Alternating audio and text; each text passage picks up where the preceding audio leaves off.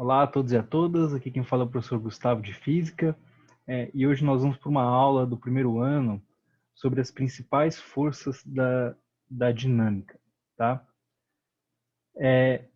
São essas forças que estão aqui, né? O peso normal, a atração, a elástico, o atrito e a centrípeta. E aqui é importante destacar que existem algumas forças que são classificadas de forças de contato e outras forças que são chamadas de forças de campo, né? Forças de ação à distância. As forças de contato são aquelas que acontecem quando eu tenho um contato entre dois corpos ou entre um elemento de força e um corpo, tá? Como é no caso da força normal, da atração, da elástica e do atrito. A força de ação à distância é uma força que não precisa do contato para acontecer, ela acontece, como o próprio nome já diz, à distância, certo?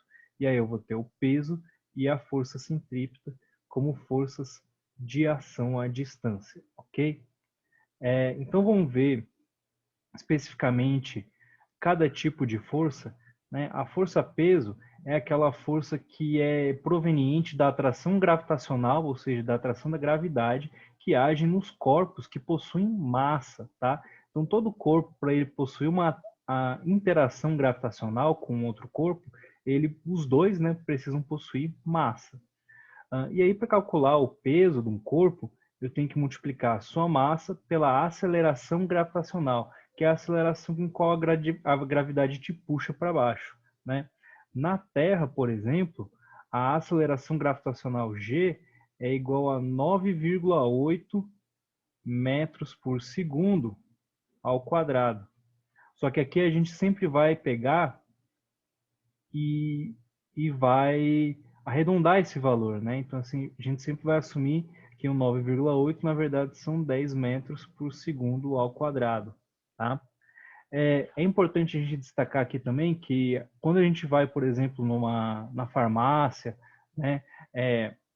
Você falar, eu vou me pesar, eu quero saber quanto que eu estou me pesando. Nesse caso, você não está medindo o seu peso, você está medindo a sua massa. A massa é uma grandeza que ela é constante, né? É uma constante da natureza. Você tem uma massa que ela é constante, tá? Você tem 50 quilos, é 50 quilos aqui, é 50 quilos na China, é 50 quilos na Lua, é 50 quilos em Júpiter. Só que o seu peso nesses lugares é diferente, tá? Porque a aceleração gravitacional é diferente. Por exemplo, o seu peso na Lua é em torno de 6 vezes menor do que na Terra. Por isso que aquelas filmagens dos astronautas lá na Lua, eles dão um pulo e aí demoram para voltar para o solo, né? Porque lá a aceleração gravitacional ela é bem menor, cerca de 6 vezes menor que os 10 metros por segundo da Terra. Tá? Então não confunda aqui massa e peso, são duas grandezas diferentes, tá? Distintas, não são a mesma coisa, beleza? A próxima força é a força normal, ou também chamada de força de reação normal, tá? Ela é justamente uma força de contato que ocorre quando dois corpos se tocam, tá? Ela sempre vai ser na mesma direção da força, tá? Vai ser perpendicular à superfície, e vai ter um módulo chamado de N, que a gente consegue calcular ele indiretamente pela segunda lei de Newton, não tem fórmula bem estabelecida. Então, sempre quando eu tenho um corpo apoiado numa superfície ou encostado numa superfície, vai ter uma força de reação normal agindo sobre ele, tá? Muito cuidado que aqui alguns exames de vestibular, Enem, por exemplo, tenta fazer um peguinha falando que a força normal e a peso, uma é a reação da outra, mas não é verdade. A força de reação normal é uma reação ao toque de um corpo com uma superfície. Isso não é a mesma coisa que a força-peso. Por mais que em algumas situações elas vão sim ser contrárias, né? Como por exemplo, quando você está na horizontal sobre um objeto, você vai ter uma força-peso te puxando para baixo e a normal cancelando essa força para cima, tá? É por isso que você consegue sentar numa cadeira e não ir para o centro da Terra, né? Porque a cadeira ela vai apresentar uma resistência à força-peso e essa resistência é a força de reação normal, tá? Então não confundam isso. A próxima força é a força de tração, é uma força que aparece, que surge quando eu tenho fios e cordas nos meus problemas, né? Quando o corpo ele é puxado por um fio ou sustentado por um fio, tá? E essa força do fio que vai sustentar um corpo é chamada de força de tração. Repare que ela também não tem fórmula, tá?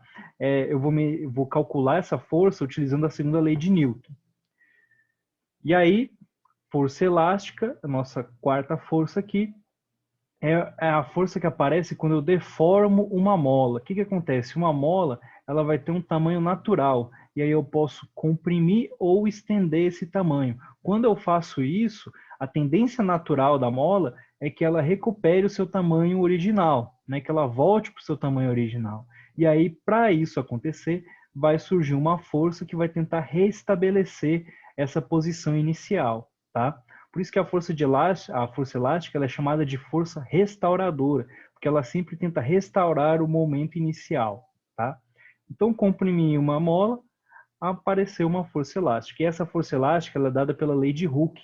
Fala que a força elástica é igual a K vezes X, onde K é uma constante elástica da mola, depende do material do qual essa mola ou esse elástico é feito, e X é a deformação em metros, quantos metros você comprimiu ou estendeu essa mola além do tamanho inicial dela, ok? E aí vamos para a força de atrito, que com certeza é uma das forças mais interessantes, tá? O atrito ele surge sempre quando eu tenho duas superfícies em contato que tentam, né, se movimentam ou tentam se movimentar uma em relação à outra, tá? E o atrito ele geralmente vai surgir para se opor ao movimento ou à tendência do movimento. Então, você tem um corpo parado e você quer mover ele. Você tem que fazer uma certa força para poder tirar ele do repouso, para conseguir mover ele. Ou seja, nesse caso, você tem que vencer essa força. E essa força é a força de atrito, tá? O atrito, então, como eu falei para vocês, ele vai ter duas caras, né? Vai ter o atrito estático, que é quando o objeto está parado, está em repouso, com velocidade igual a zero, e vai ter uma força de atrito cinético ou dinâmico, quando ele está em movimento, tá? A força de atrito estático, ela ocorre quando o objeto ele está em repouso, quando ele não se movimenta, e eu quero pegar e colocar esse objeto em movimento, tá? E aí, como é que eu faço para calcular o valor dessa força de atrito? O valor máximo dela vai ser igual a μ vezes a força normal. μ aqui é um coeficiente de atrito estático, tá? E N vai ser aquela força de reação normal que eu acabei de explicar para vocês, tá? Repare, um detalhe importante, isso é a força de atrito máximo, tá? Se eu fizer por exemplo, vamos supor que eu quero mexer uma caixa, e aí a força de atrito estático máximo dessa caixa é 10 newtons. Só que aí eu vou empurrar essa caixa não com a força máxima, eu vou empurrar com uma força de 5 newtons. E aí eu quero saber qual vai ser o valor da força de atrito nesse caso. Ora, a força de atrito não vai agir para cancelar a sua força? Que força que você fez não foi 5? Então a força de atrito nesse caso vai ser 5, tá? Se eu tiver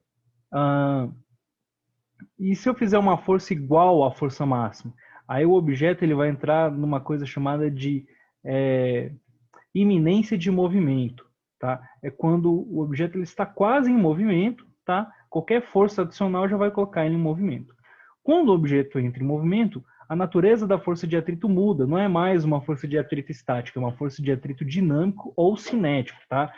Qualquer nome aqui, qualquer um desses dois nomes é válido, beleza? Então o atrito ele existe também quando eu tenho movimento, né? O atrito cinético. Ele também vai ter um coeficiente de atrito cinético que é diferente, tá, do coeficiente de atrito estático, e a força normal. E um detalhe importante aqui é que a força de atrito cinético sempre vai ter o mesmo valor. Não vai ter aquele joguinho de força de atrito máximo que tinha na força de atrito estático, ok? Outro detalhe aqui muito importante é esse último ponto que eu botei aqui para vocês, ó, que o coeficiente de atrito estático é sempre maior que o atrito cinético, ou seja, o atrito estático é sempre maior do que o atrito cinético. O que isso quer dizer? Onde que eu consigo ver isso na minha vida? Se você já tentou empurrar um carro em ponto morto, né? O carro quebrou, a pessoa te bota lá para empurrar o carro. Você já deve ter reparado que é mais difícil você colocar esse carro em movimento do que quando ele já está se movendo, né? Tirar o carro do repouso, empurrando, é mais difícil. E isso justamente porque a força de atrito estático é maior do que a força de atrito cinético. Beleza?